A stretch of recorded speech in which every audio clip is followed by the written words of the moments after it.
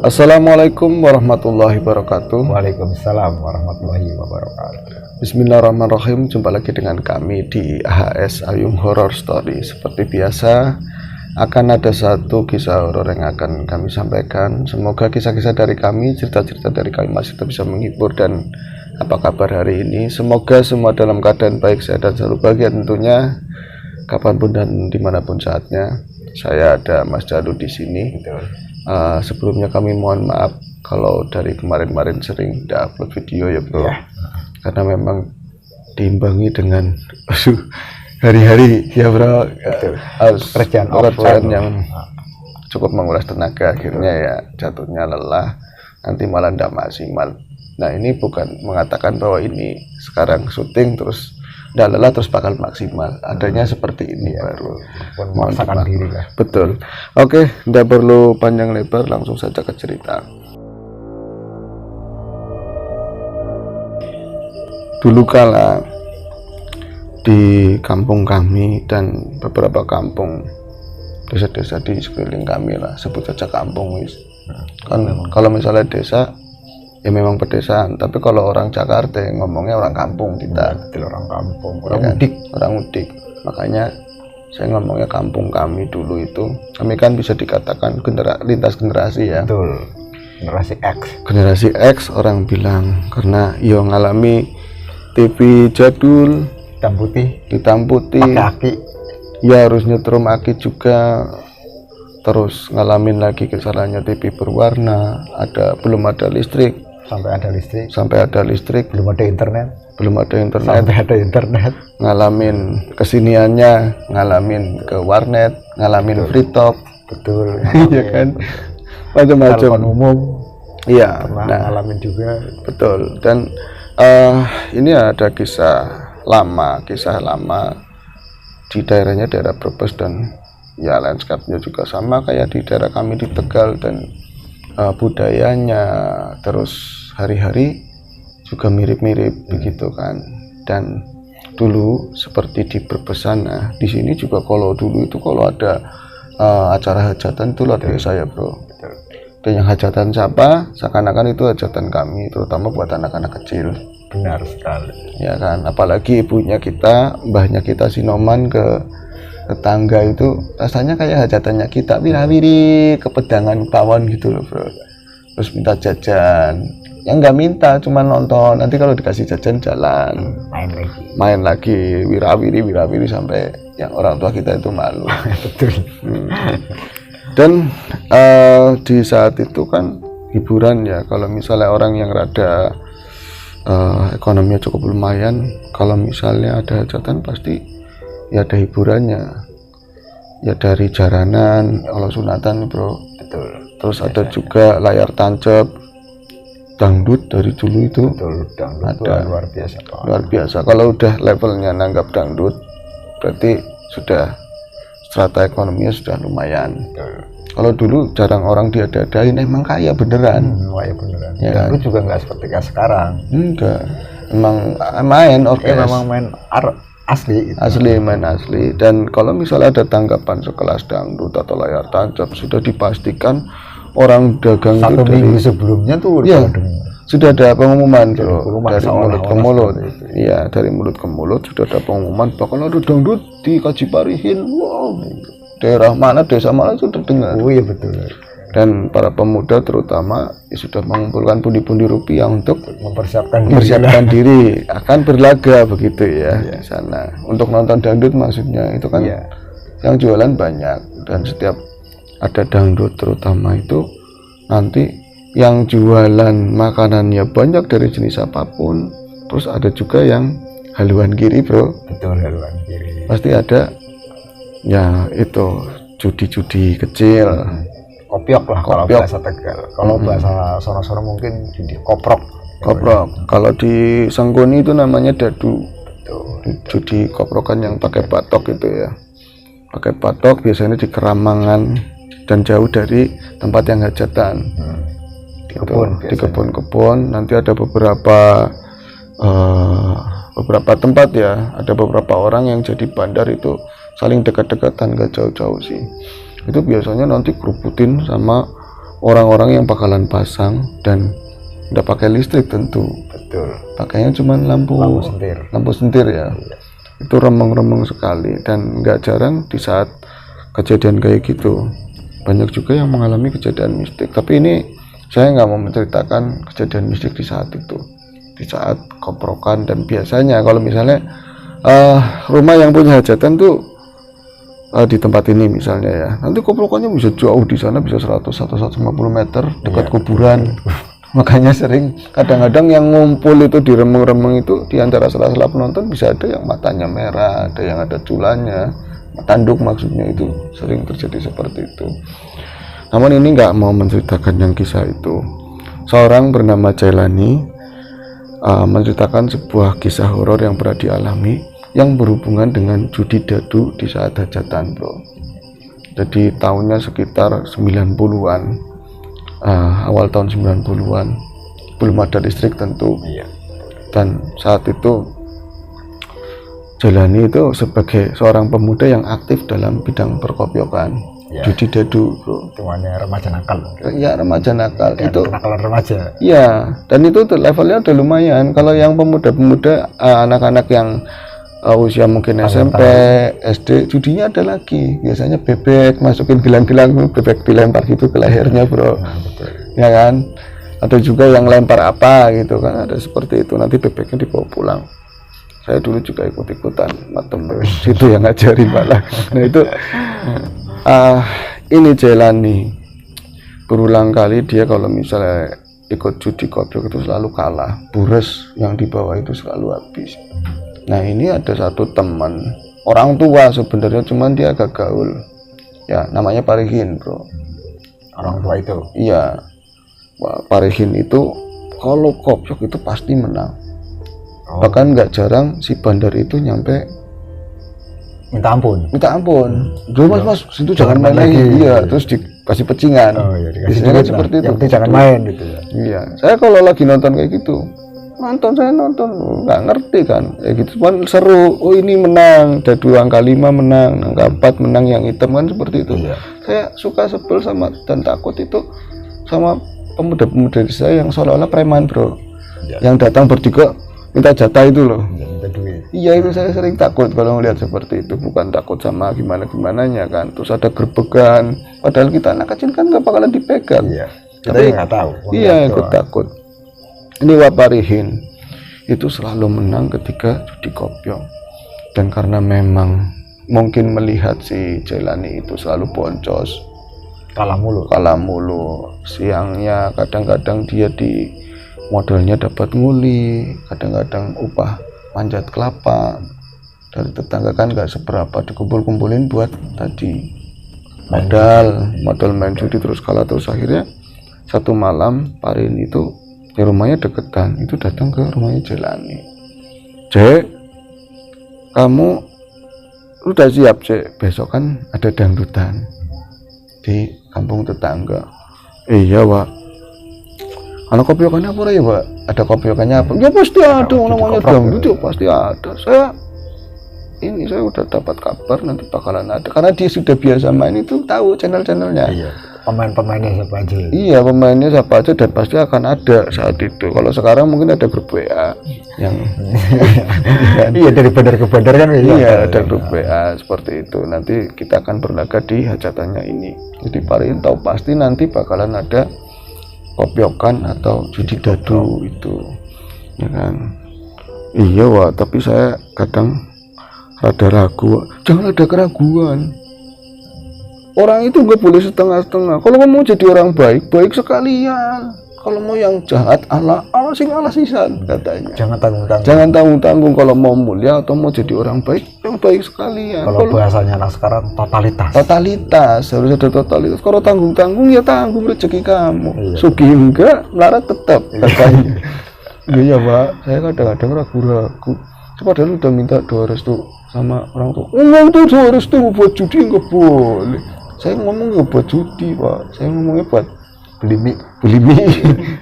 Itu keren banget ya. Jangan zaman segitu kan beli mie ayam keren ya, banget. Mie ayam keren banget. Ya namanya yang hajatan di mana, tukang minyak di mana, itu suara kompor minyak itu keren banget bro. Dan aroma mie sama ini daun sesame. Iya, daun sesame yang direbus. Iya, kadang-kadang saya kasihan yang nggak Menggoda punya banget duit, gitu. anak-anak yang nggak punya duit itu deket sama tukang mie, cuman menghirup itu bro, sedih banget ya. Berasa enak Iya, banget. berasa enak banget, mulutnya sambil kayak gitu. Dek, ngapain? Tukang mie-nya kan, enggak apa-apa, pergi lagi nanti nggak jauh, nggak lama situ lagi. Enak banget, kasihan banget lah. Saya bukan salah satunya bro, saya insya Allah ya saya mampu, cuman saya nggak mau beli. Saya nggak doyan, terus terang saya mie ayam dulu nggak doyan, saya doyannya cuma sashiminya sama airnya sama ayamnya, tapi mie-nya nggak doyan. Iya, doyan. Terus sekarang doyan apapun saya doyan. Nah, kembali ke itu tadi ya, Pak Parihin ngomong sama Jelani, apa-apa Jek, jangan ada, ya ada katurangganya. Saya juga kayak gini nggak kosong. Iya wah, sebenarnya dari kemarin-kemarin dulu saya pengen tanya sama jenengan, kalau misalnya itu pakainya apa? Kan orang minum supaya kuat juga biasanya punya pegangan. Orang mancing juga pakai katilayu, bledok, macam-macam. Jenengan pakainya apa? Kayak gitu.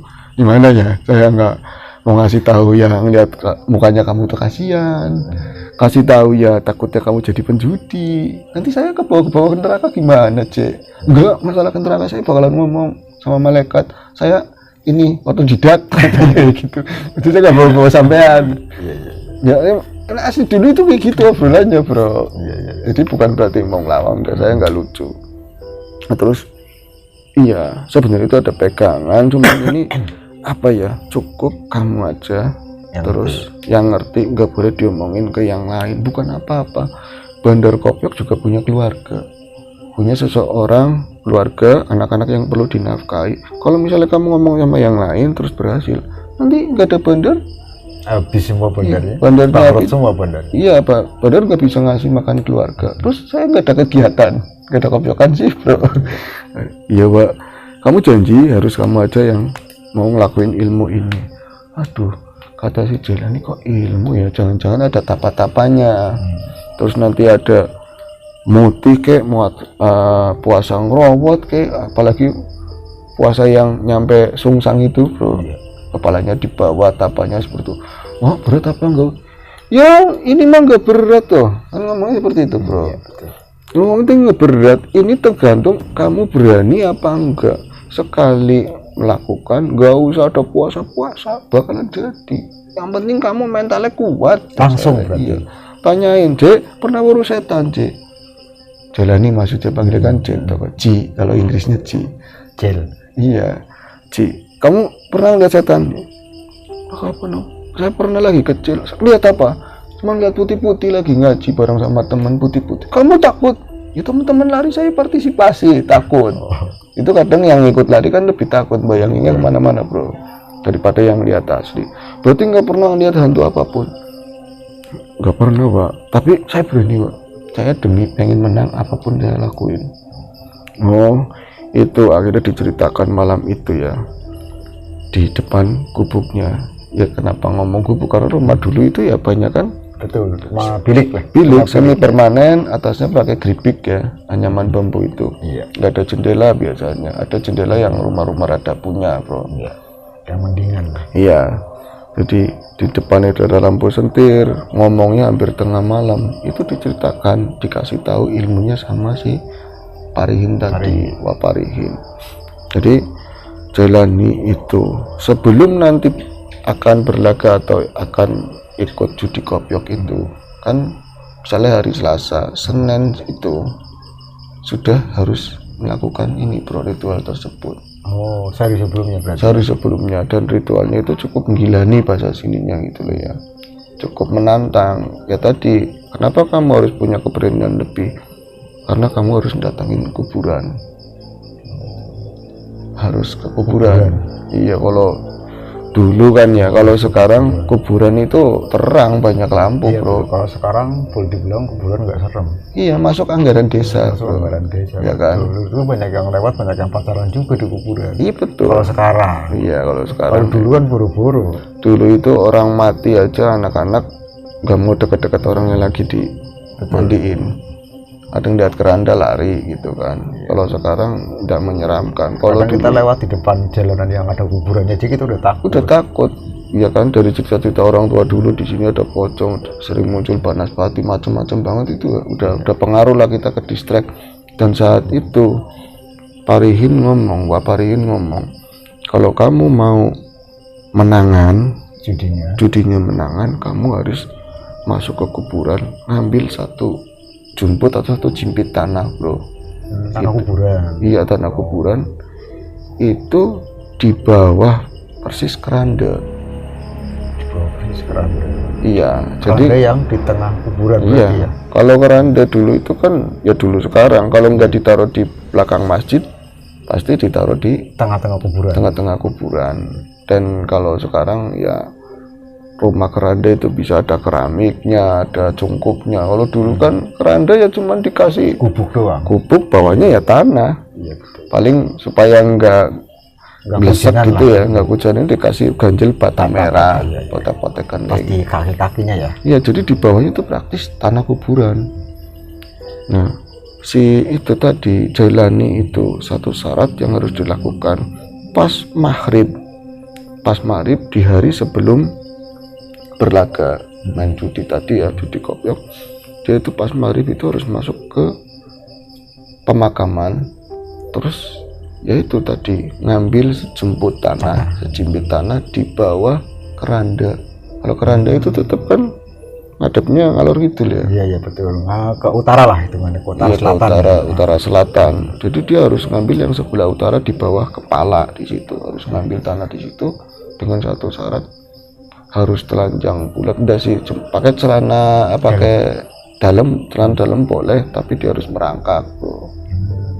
Harus merangkak, terus ya tadi ngambil tanahnya di bawah keranda yang sebelah utara. Nah, nanti pulangnya harus merangkaknya mundur. Oh. Dia mendengar apa yang dituturkan syaratnya, prakteknya oleh Wak Parihin ya cukup. Ya buat si Jailani diem. Imen J, tadi menang baik. Gimana J? Kok diem aja? Ciut, sebenarnya ciut. Iya bikin ciut. Wah, apa nggak ada yang lain, Wak? Misalnya nggak usah pakai merangkak, Wak, tapi di depan kuburan aja. Wah, singgung tua-tua kayak gitu. Dari guru-gurunya saya, gurunya lagi kayak gitu. Ya, Wak. Kamu mau apa enggak? Mau, Wak. Kan besok kan hari Selasa, Senin maghrib, kamu harus di kuburan. Padahal Jailani itu 50-50, bro. Jadi Antara berani dan takut. ACDC, enggak, maksudnya dia itu ya kalau maghrib ya azan di musola, kalau ada kopiokan ya tetep main. Oh, iya. Ya gitu loh. Puasanya rajin, kalau ada malam temen yang ngajak minum ya oke. ACDC gitu, bro. Nasionalis lah bahasanya mungkin. Iya.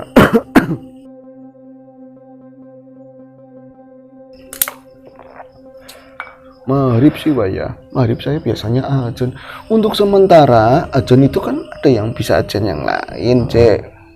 Godaan diwakilkan. Kan ada tobiin azan. Ya kan? Iya. Pas Maria azan bisa. Kasnut Iya, ada semua bisa azan. Gak usah dipikir, itu tergantung kamu mau menang apa enggak. Saya juga nggak mau ngajarin yang sesat. Ini karena kamu memaksakan diri karena pengen menang. Alih-alih seperti itu, dipikir-pikir akhirnya siap, mantep. Tapi kamu ingat-ingat ya, kalau waktu itu nanti muncul setan apa aja terus kamu takut edan kayak apa, saya jangan salahkan. Jangan bawa nama saya. Ya bawa namanya siapa ke Kasnuri ke siapa, mau seperti itu. Soalnya ya kan kadang-kadang orang lihat kayak gitu, apalagi kamu nggak pernah lihat setan, terus nanti ketakutan, waduh bisa stres. Ini saya yang disalahkan. Enggak, Wak, saya sudah mantap. Pokoknya apapun yang terjadi, saya mau ngambil tanah itu, nanti saya bawa buat kopiokan. Oh iya, bawanya gimana, Wak? Ambil aja dulu, bis. Nggak usah takut nanya-nanya nanti bawanya gimana. Nanti ada aturan pakai berikutnya. Ada aturan pakainya, bro. Pokoknya kamu matengin diri, mentalnya yang kuat, tidur siang bila perlu, ya kan, makan yang bergizi, bro. Macam-macam banget, ya kan. Akhirnya waktu yang ditentukan pun maghrib itu. Sebelum maghrib itu gampang, bro. Si jalan itu gampang, diwirawiri, kadang di pawon, pedangan, ya area belakang rumah. Nanti duduk depan rumah, nyampe emaknya itu ngomong, bocah kayak wong edan kon sih bingung, kamu bingung mau ngapain. Cuma nunggu maghrib ya berarti. Iya, terus hari gini kok masih pakai celana pendekan, udah kelambi, buka baju. Biasanya kan sudah pakai kopiah ke masjid maksudnya mau adzan. Ayo prima katanya. Iya. Tenggorokan gak beres, katel, tenggorokannya lagi nggak enak. Oh ya wis, tapi aduh soal mana? Ya mak, iya tapi nggak kemana-mana. Itu sebenarnya lagi mikirin, saya sebenarnya berani apa enggak sih? Tapi ditimbang-timbang bro, akhirnya saya mantep. Dan menuju kuburan itu kan dari rumahnya agak lama ya, agak jauh. Mungkin ada sekitar 10 menitan. Udah dipersiapkan. Soalnya apa? Celana dalamnya itu banyak yang nggak beres bro. Bolong-bolong. Bolong di sana sini. Kalau misalnya malu sama orang, ih kamu Cik, celana bolongnya celana pendeknya pada bolong, itu aja malu, apalagi yang ngomong setan, lebih malu lagi kan bro di kuburan. Akhirnya dipilih-pilih celana dalamnya yang beres mana, takut nanti ketahuan sama orang. Paling enggak saya enggak terlalu malu banget kayak apa kayak alasannya gitu kan. Rapat lah itu kan ya agak rapat. Setelah ditemukan celana yang pas, dipakailah sama si Jelani dan dia itu berangkat. Nanti dipilih celananya celana komplang yang kolor. Bila mana saya gagal takut saya pakai celana itu gampang ya kan, ditandain oh iya makam itu makam paling serem banget, paling gede di kampungnya sih itu Jelani.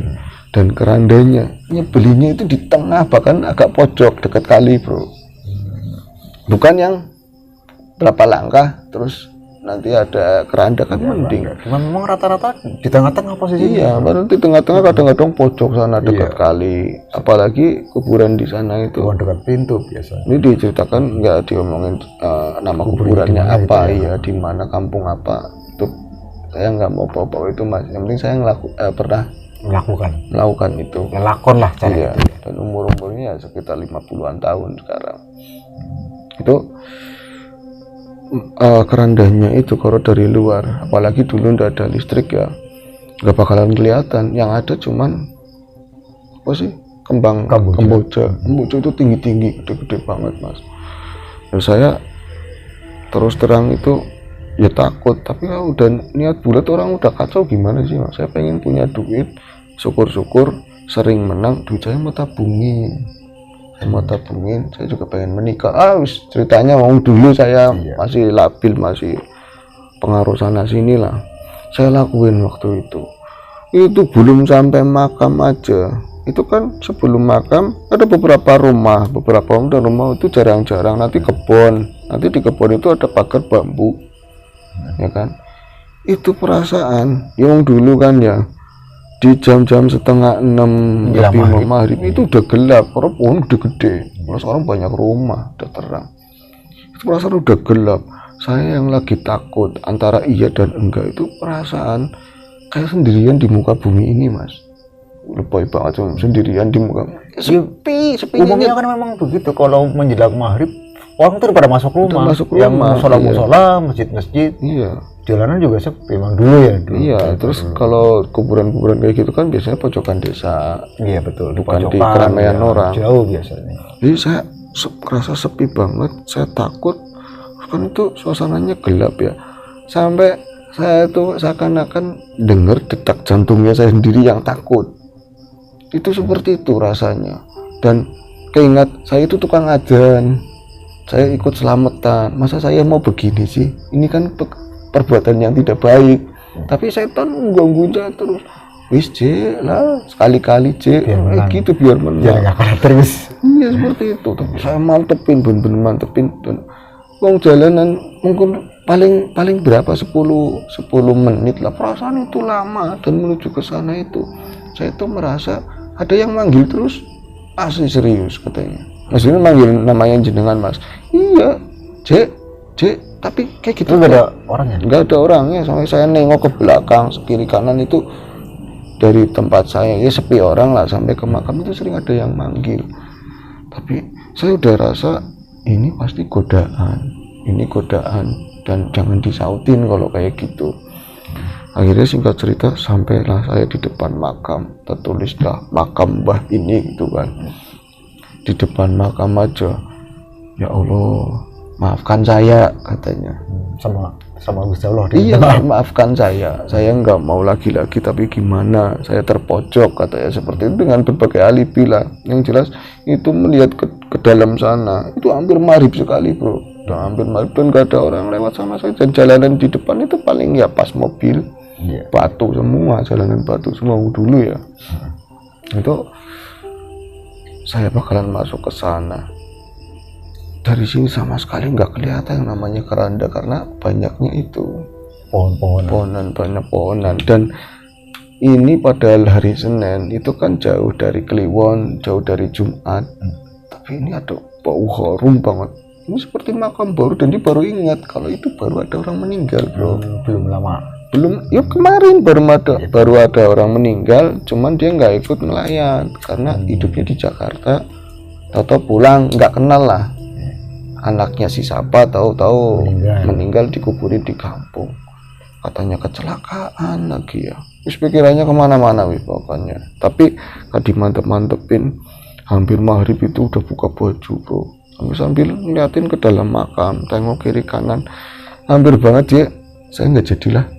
Ini belum apa-apa, sudah pikirannya bakalan nanti. Berarti yang dari makam pada jumbul, pada keluar pocong. Ada juga kuntilanak yang di pohon asam itu, macam-macam lah. Ada waru yang lekor begini kayak buat yang duduk. bambunya. Iya. Nah itu di suasana jam segitu, kan biasanya musola-musola sudah mulai pada ada orang ngaji. Itu semakin buat saya waktu itu saya hampir, saya nggak jadi. Tak mantep-mantepin. Belum mau azan sudah salawatan dulu sebelum azan. Saya langsung ucul-ucul mas.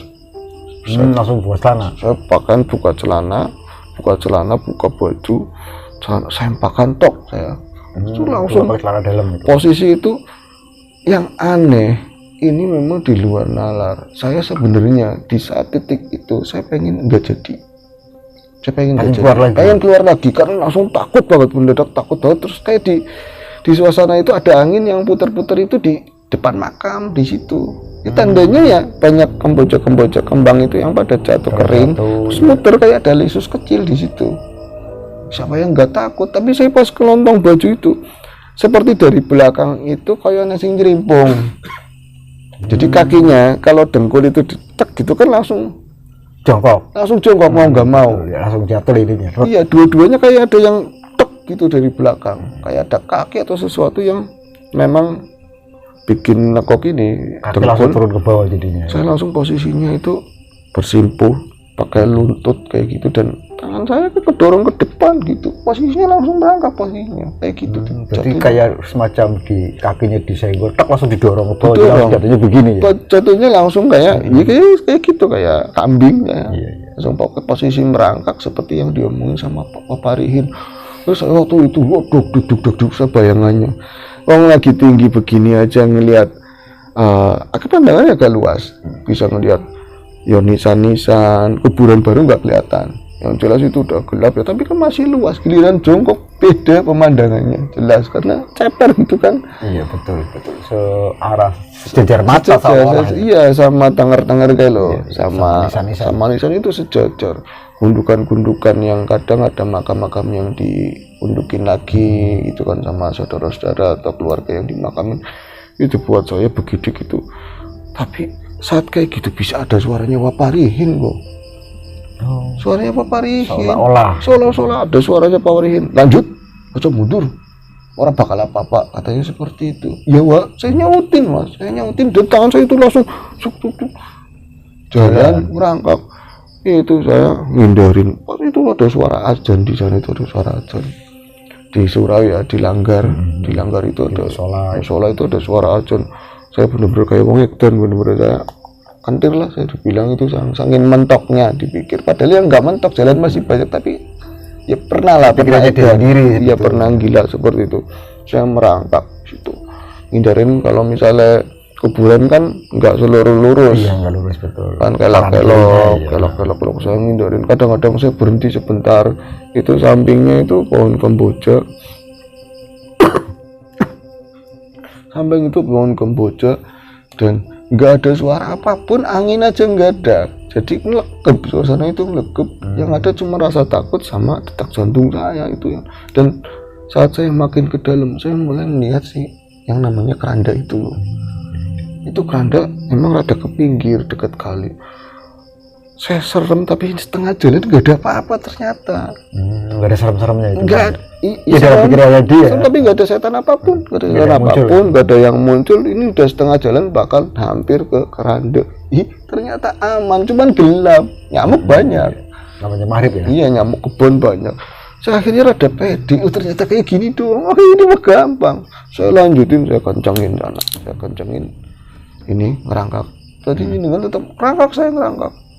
Sampai ke keranda. Sampai ke bawah keranda, dan syaratnya itu masuk ke kolong, bukan dari samping. Jadi kolong yang di arah selatannya, terus masuk ke sana sampai ke depan. Iya. Di depan saya berhenti. Pas di bawah keranda itu sudah gelap, benar-benar gelap, dan di situ rasa takut saya itu semakin menjadi-jadi.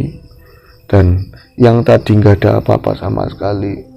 Emang nggak ada makhluk yang muncul saat itu, tapi yang saya dengar itu di sekeliling itu kayak ada angin yang gede muser, suara kayak gitu, tapi nggak ada apa-apa, bukan suara desisan ular yo, suara angin. Tapi sana ke kiri nggak ada pohon yang goyang-goyang, ke kanan nggak ada, apa gelap ya. Nggak ada suara, adanya suara kayak gitu, tapi nggak ada sesuatu, nggak ada wujud, nggak ada angin yang bergerak, apa Kamboja yang goyang tuh nggak ada. Nah, saya tuh akhirnya itu berarti suasananya ini ya lagi ada hujan, walaupun jarang-jarang. Jadi di tempat yang naruh keranda ini agak lebak tanahnya loh, agak lembek juga mungkin tanahnya. Agak lembek, jadi keras bro, mau sama dia itu mau dikorek itu sama tangan itu agak keras, tapi akhirnya dapat. Nah, saya genggam begini mas. Nah, saya ingat tadinya saya mau langkahnya salah, maksudnya salah langkah. Tadinya mau langsung naik, terus saya keinget pulangnya harus berangkang. Merangkak lagi. Pulangnya harus merangkak lagi, dan ya kebalikan arahnya kan susah itu ya. Itu akhirnya saya ingat kayak gitu, ini sudah setengah jalan dan nggak ada apa, paling angin sama gelap, ini mah sudah biasa saya. Oh iya, saya nggak boleh sombong, yang saya jongkok itu memang posisinya ya kayak tadi masih berangkang. Saya itu kan akhirnya karena memang supaya nggak nabrak tadi palangannya keranda, terus nggak nabrak nisan-nisan, otomatis saya harus nengok ke belakang dong. Kalau nengok ke kiri ke sini juga ya katanya gelap. Nah, yang saya lakukan waktu itu, saya emang ke belakang, berapa langkah ke belakang itu cukup sulit dan sempat nabrak. Oh, berarti mundur, pelakaknya mundur. Pulangnya harus mundur sininya megang begini, saya megang tanah, itu jimpit lah, kecil itu juga agak basah, kayak tanah liat, mundur. Menghindari palangannya keranda aja susah. Iya betul, ada kerandanya yang begini mana ya. Iya. Lalu kayak gitu harus ngindarin nisan-nisan yang ada di situ. Iya. Nah, saya itu nengok ke kiri itu adanya ya gelap, kayak orang parkir, kayak kita lagi nyetir mobil gimana sih? Iya. Tapi mundur. Cuma kita ngebawa spion doang. Makanya punya pakai spion. Kenapa begini? Mundur telanjang. Tapi nyamuk saat itu banyak sekali, cuma saya nggak ngerasa, saya rasanya takut dan ini pokoknya saya harus keluar. Coba banget itu pintunya agak sana itu coba banget. Ntar bro, saya minum dulu agak gatel nih. Saya juga mau minum juga jadi.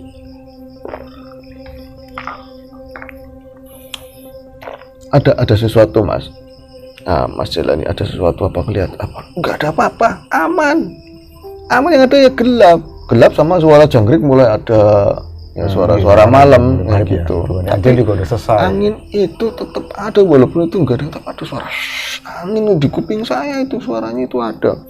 Saya itu nengok ke kiri buat atret itu loh ya, hindarin nisan itu biar nggak nabrak pohongnya. Iya, biar nggak nabrak ya bokong ya kakinya. Iya, takut ada nisan yang rapuh kan nanti potek bro, kasihan. Iya. Nah itu saya yang malu, itu adanya bukan takut, perasaan malu. Karena apa? Lewatin makam mbah saya sendiri katanya. Oh. Jadi lewatin. Tidak sengaja hitungannya ya. Iya, tadi pas lagi ngerangkak ke sana kayak nggak lewat sini. Maksudnya, karena mungkin langsung diagonal lurus ke sana gitu ya. Karena ini susah kan ya. Akhirnya belok-belok. Belok-belok dan ada cahaya bulan itu ya ketahuan namanya di nisan itu Mbah sendiri. Ada misi Mbah, ampun Mbah, sampai kayak gitu. Saya sampai dalam hati ngomong malu banget. Itu ada kuburan kakek saya, kuburan nenek saya, saudara. Bahasanya kayak diraupi tai sama dia sendiri, sama perbuatannya dia sendiri. Saya di situ malu banget. Saya malu banget itu. Bukan takut, Mas. Berarti beberapa makam yang satu blok itu keluarga saya semua. Yakin yang ada. Saya nyesel tapi udah kepalang tanggung. Daripada kanan itu wak saya gitu kan. Dengan kiri, kalau ini bibi rada galak mending, ya kan. Nah, ke sebelah kiri sudah kan. Pas waktu itu saya itu kepelet, jadi antara nisan pohon apa kamboja, terus di sini nisannya agak tinggi, mungkin orang-orang yang punya duit dulu ya. Betul. Yang kayunya masih baru lah itu. Bukan kayu, jadi pakai yang pakai kayak semen gitu. Ya kayak granit kayak apa kayak gitu kan. Jadi saya susah buat nengok ke sini ya ketutupan nisan, nengok sebelah sini ketutupan sama pohon. Tapi saya mau nggak mau saya nengoknya kan ke kolong. Ke kolong ke belakang. Agak tinggi begini ya kan? Iya agak tinggi. Ya emang cukup sih buat ngeliat ke bawah. Saya ngeliat ke bawah. Itu Mas, sesuatu yang saya nggak pernah lihat sebelumnya sama sekali. Di situ kelihatan semua. Pas saya nengok itu lewat ke belakang, ini lihat apa? Di belakang itu kaki banyak banget. Kaki banyak banget katanya. Bukan nisan, bukan. Ya mungkin nggak tahu, saya ngeliatnya di situ itu yang ditengok di belakang saya itu bukan gelap malam, bukan, tapi suasana kayak seperti di jam-jam 5:30 atau 5 sore lah kayak gitu. Iya, masih kelihatan berarti loh kan ya. Iya, top stand suasananya kayak gitulah. Tapi itu banyak kaki blok-blok, kaki panjang bulat. Itu banyak kaki di sana. Di kolong saya yang lihat di belakang itu banyak kaki, dan kaki itu pucat-pucat semuanya. Ada bulu-bulu. Wah, saya nggak mikirin bulu, saya ngeliatnya kakinya aneh-aneh pucet, mungkin. Aneh-aneh pucet lah kakinya, pucet agak kebiru-biruan kayak gitulah, dan banyak tanahnya, banyak kaki ya. Saya nengok ke belakang nggak ada apa-apa. Saya ngeliat ke belakang lagi ada kaki lagi kayak gitu. Tapi dia ngeliat pas nengoknya dari bawah gitu ya? Dari bawah. Ya ke sini kan adanya pohon, di sini adanya nisan. Masa saya mau amit, saya break dulu, saya mau berdiri terus pindah gitu kan nanti batal. Batal. Akhirnya saya mau nggak mau, ini ada kakinya siapa, saya mau nengok ke atas juga nggak bisa. Saya begini ya angin kayak di sebenarnya bisa bro, kalau nengok ke belakang gini bisa, tapi kayak muka kayak ada gini nggak boleh gitu. Jadi yang kelihatan itu yang aneh, satu bukan malam seperti suasana sore, dan yang ada kaki-kaki yang pucat-pucat itu. Sampai nggak ngelihat apa itu ada celananya atau apa, nggak ada, cuman kaki, tapi ada beberapa pasang di situ. Saya ngomong misi, ketakutan banget Mas, asli saya ketakutan banget. Misi mbah, itu kakinya geser, geser, dan saya itu nengok lewat, terus navigasinya lewat kolongnya dia sendiri itu, ya di antara sempaknya dia sendiri itu dia melihat lewat situ bro, yang lewatin tadi yang tadi ke Kempet ke sono kan bebas lagi. Nah, saya pikir kalau sudah nggak ngelewatin situ, saya bebas dong, lihat cuman gelap kayak yang sebelum-sebelumnya. Pas saya sudah nggak lewat bawah, sana lewat samping itu kuburan baru. Ada kuburan baru, itu pantasan dari tadi itu semakin ke sana semakin wangi. Itu kayak air mawar campuran yang buat nyiram itu loh. Ya, kembangnya pun mungkin masih seger. Masih seger banget. Itu yang kelihatan seperti pas nengok ini, saya lupa namanya siapa, yang jelas yang meninggal tabrakan itu. Nah, di samping saya sebelah sininya, jadi kalangan satu pohon kamboja itu baru, kuburan baru, dan ini basah tanahnya, agak basah karena hujan, karena mungkin bekas galian itu yang banyak air gitu ya. Ini basah, belok-belokan lah saya, kotor, saya benar-benar kotor. Tapi ini untung nggak tahu deh, saya masih megang tanah itu terus begini, jadi posisinya gegam. Nah, kalau cuman kuburan tok aja, ini kan bisa bayangkan seremnya kayak apa, kuburan baru di malam-malam. malam maghrib di tengah makam. Saya melihat ada seseorang yang duduk di sampingnya makam. Makam yang baru tadi. Makam yang baru tadi duduk di situ, tapi dia nangis posisinya kayak gitu. Saya itu kalau nggak tak mantap-mantapin niat, saya bangun semua, saya bangun. Tapi ini cuman godaan. Tetap suara parihin itu seakan-akan ada. Jadi kayak jangan takut itu. Saya itu nyampe lamong kayak gitu yang dilalanya kalau orang lagi panik, nabrak terus sama nisan sama pohon kamboja, nabrak terus. Sampai saya itu samping-sampingan sama ini kuburan, ini sampingnya orang yang duduk. Saya nengok, ngapain juga nengok waktu itu.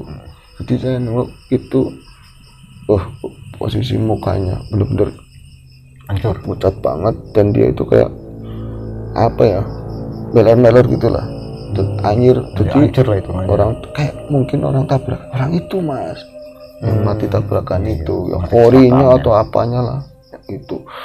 Saya tuh bener-bener geter banget aslinya. Saya itu mau bangun, mau lari itu, asli saya mau lari, tapi di sini kayak ada yang neken di bawah, di atas ini. Parihin sakti atau gimana? Kayaknya Wah Parihin itu loh. Suruh nerusin itu. Iya, di dalam hati saya kayak aja ngadeg. Terusin. Iya kayak apa sih malam kayak gitu ya. Kenapa setan kalau di gelap malam tetap kelihatan sih, kata si ini kan jalannya itu kan gelap, itu kelihatan jelas. Misi ya om sampai kalau sekarang misi ya om ya, kalau dulu misi man ya, Pak Man masih misi man. Saya sempat ngomong kayak gitu, itu mundur nabrak, ada beberapa nisan yang potek sama saya, mungkin nisan yang pada potek, yang pada rapu-rapu itu tabrak sendiri. Iya, tabrak dia sendiri. Itu saya melihat itu sampai dia itu kelewatan, itu kayak nggak peduli ada saya. Jadi kayak ngurusin diri sendiri, kayak meratapin dosa atau apalah seperti itu. Ngeriang nangis laki-laki, cuman kayak gitu, nangisnya kecil, lirih. Terus kan saya kayaknya nggak ada tantangan apa-apa yang lain, semuanya beres, cuman gelap. Saya harus belok itu ngindarin nisan, sampai akhirnya saya itu menemukan dari pandangan saya itu pagar bambu, terus ada plesteran, itu pintu makam. Sampai pintu makam itu saya berarti sebentar lagi saya nyampe, saya berhasil gitu kan, pikiran saya seperti itu. Nah kemudian sebentar lagi sambung saya udah keluar. Setannya cuma itu bukan setan kali, orang yang lagi meninggal banyak dosa, mungkin seperti itu ya. Nah kemudian saya sudah mungkin berapa langkah saya mendengar di luar makam ada suara orang rame-rame, kayak orang ngobrol. Tapi orang ngobrol kok rame-rame, ada apa ya? Aduh, nanti saya ketahuan. Kalau orang dulu kalau jalan malam udah pasti bawa senter. Iya betul, seringnya takutnya ada yang iseng-iseng terus nyenterin ke makam saya, telanjang bulat, telanjang pakai celana dalam. Nanti disangkanya apa gitu? Disangkain saya mau nyolong tali pocong kayak apa. Aduh, saya malu gimana. Akhirnya saya gimana caranya, itu udah deket, mepet ke itu pohon, mungkin ngumpet tapi tetap mundur, harus mundur bro, jangan nyamping, harus mundur. Akhirnya saya berhasil di situ, dan itu sampai ke ke pintu makam, tapi saya tungguin kok nggak ada yang lewat yang di luar itu. Padahal kan harusnya dari obrolan udah persekian waktu tadi ya, terus ini terus lewat. Kok masih kayak ada orang jalan rame-rame, tapi kok banyak yang nyampe. Tapi saya sudah sampai di gerbang, dekat pintu. Sudah di pintu. Berarti kan udah selesai.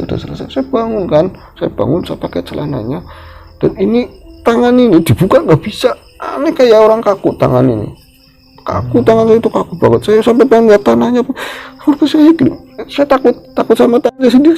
Saya kayak orang gimana ya bro, kayak kena lem mungkin, jadi nggak bisa buka, jadi baunya nggak enak, baunya di tangan itu nggak enak. Saya ketakutan, tapi akhirnya tetap harus tanyain sama Parihin. Terus saya itu pakai celana di sini sampai gegem, angel bro. Maksudnya ada talinya, itu susah. Ada kolor itu. Iya, kalau kaos bisa masuk, giliran yang di celana itu saya pegangin sama tangan kiri. Nah, saya nungguin itu siapa yang jalan. Itu kayaknya udah deket, ternyata ya belum nyampe, tapi emang semakin deket. Saya nungguin sama ngumpet di situ. Pas udah deket, ngeri mas katanya. Emang apa? Ada yang apa namanya meninggal baru atau apa? Saya pikir ada orang meninggal baru bener, tapi kok yang ada usungan orang bawa keranda kayak seperti dari jauh ya, gelap-gelap kayak bulan tok sih bro, dan ada kayak saya jadi kayak gini terus siluet orang yang banyak itu jalan ke sini. Saya pikir itu ada orang kuburan tuh, tapi kan nggak ada pengumuman orang meninggal. Apa saya memang nggak fokus gitu kan? Tapi makin dekat harusnya kan bacaan tasbih yang dibaca. Ini enggak, saya nggak tahu bahasa apa, tapi nggak jelas. Mungkin kayak di film-film Bang Mandor dulu ya, film-film yang serem itu. Dan film apa itu, Berkulo Hijau atau apa. Itu sampai mereka rombongan itu sampai di depan makam, dan saat itu saya belum bisa melihat wajah-wajah mereka yang diusung itu apa. Yang jelas modelnya ya bulat ya panjang, itu keranda asli, tapi bukan model keranda yang kayak di dalam yang tetap pakai besi. Kalau sekarang kan stainless, besi. Kalau ini bentuknya seperti itu ya, ada ditutupin jarit lah segala macam, tapi kok yang gotong orangnya kecil-kecil bro, orangnya kecil-kecil, pendek-pendek lah, pendek-pendek, cuman mukanya nggak kelihatan lah, dan banyak di belakangnya lenje bro. Tapi bro, bukannya orang kayak sedih bawa atau takdim bawa orang mau dikuburin, kayak ya gini, kayak bahagia, kayak nggak tahu lah ngomong apa, gumut-gumut bareng-bareng itu kayak seragam. Kalau sekarang orang karnaval lah, orang karnaval tapi dengan satu gerakan yang sama kayak gitu, goyang-goyang, kan nggak nyampe dimainin, nah kayak gitu terus, jadi main-mainin. Itu masuk ke dalam makam. Masuk ke dalam makam. Saya itu ngeliatin mereka tuh nggak bisa ngeliat wajah mereka sama sekali, nggak bisa. Adanya cuma hitam, semuanya hitam, kerandanya hitam, orangnya hitam banyak. Itu sampai mungkin kalau iringannya itu sampai mungkin 20-an meter. Itu kecil-kecil semua kayak gitu. Kecil-kecil masuk ke dalam makam. Dan saya ketakutannya kayak apa waktu itu, takutnya ketahuan, tapi saya juga kepo, pengen ngerti, saya penasaran itu mukanya kayak apa sih, makhluk apa. Itu sampai masuk ke dalam makam itu ya dari cahaya bulan itu goyang-goyang, dan aneh mereka itu nembus pohon Kamboja, nembus gitu. Wah, saya semakin begidik kan, dan saya bodoh amat, yang penting saya sudah selesai. Ya ternyata yang belakang itu udah jauh, perasaan sudah nengok ke saya, nengok ke arah saya. Ya, sampai tahu dari mana dia nengok. Kalau balik badannya ya nggak tahu mas, kayak gitu nggak bisa dijelasin ya, aneh. Mereka itu yang paling belakang, saya tahu persis dia itu kayak balik arah begini. Oh, seolah-olah begitu. Dan mukanya kelihatan tua banget, rambutnya itu kucai-kucai kayak rambut putih yang udah jarang-jarang.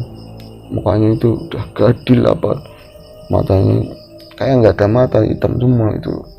Itu ke saya kayak nyengir, kayak seolah-olah hasil bro. Seolah-olah begitu bro. Saya di dalam hati hampir nyapa, ya Mayan ini. Enggak mas, saya ngomong itu saya takut pokoknya. Itu makhluk apa? Saya buru-buru pulang.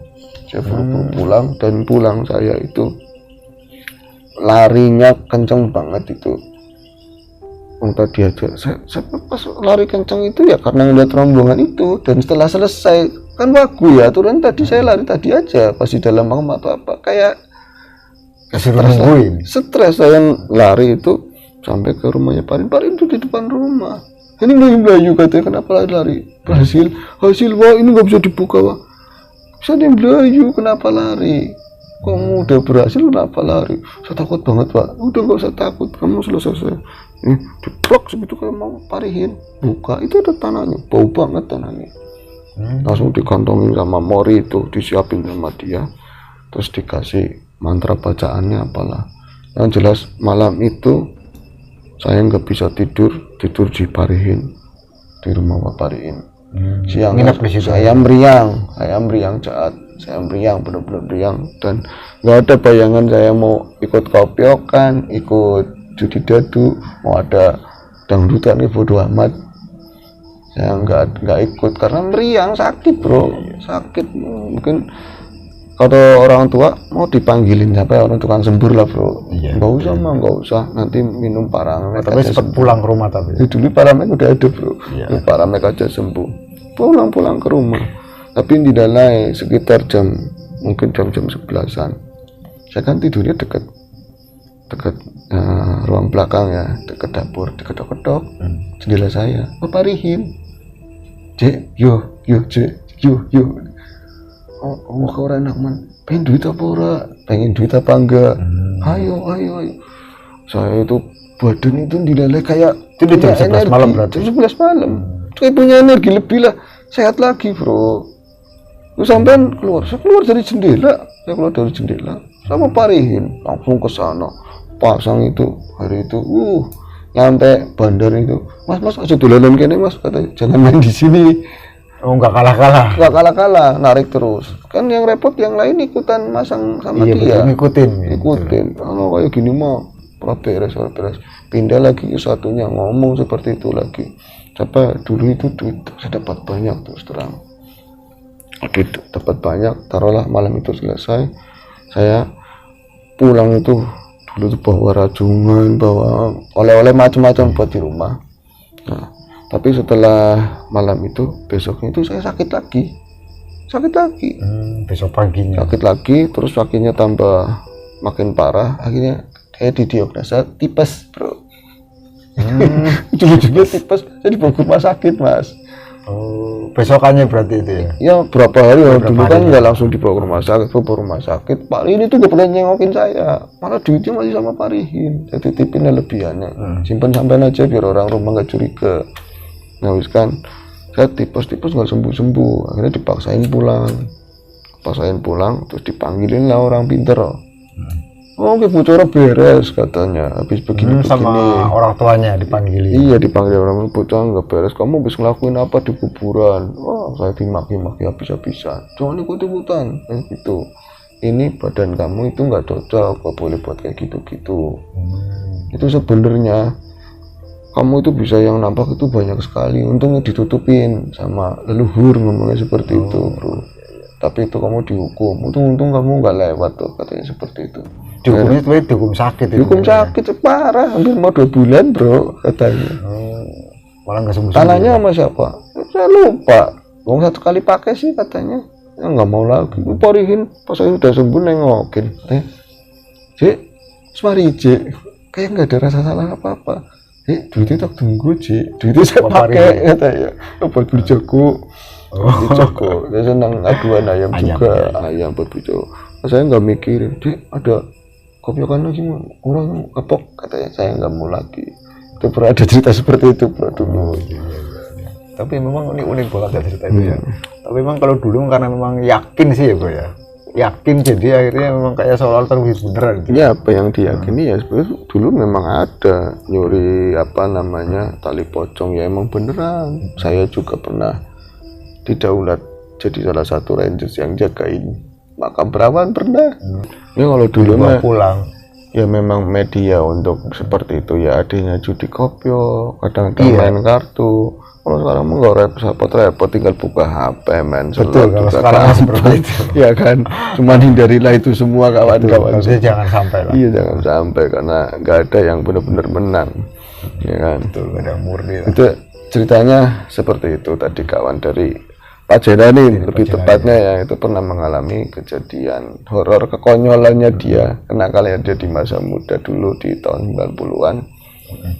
Masuk ke kuburan dengan posisi telanjang kayak tadi. Itu luar biasa banget. Ya pengalaman berharga, untung saya masih hidup. Kalau dipikir-pikir saya meriangnya itu karena saya telanjang baju belum makan, mungkin ada mas masuk angin atau apa. Ya itu aja mas.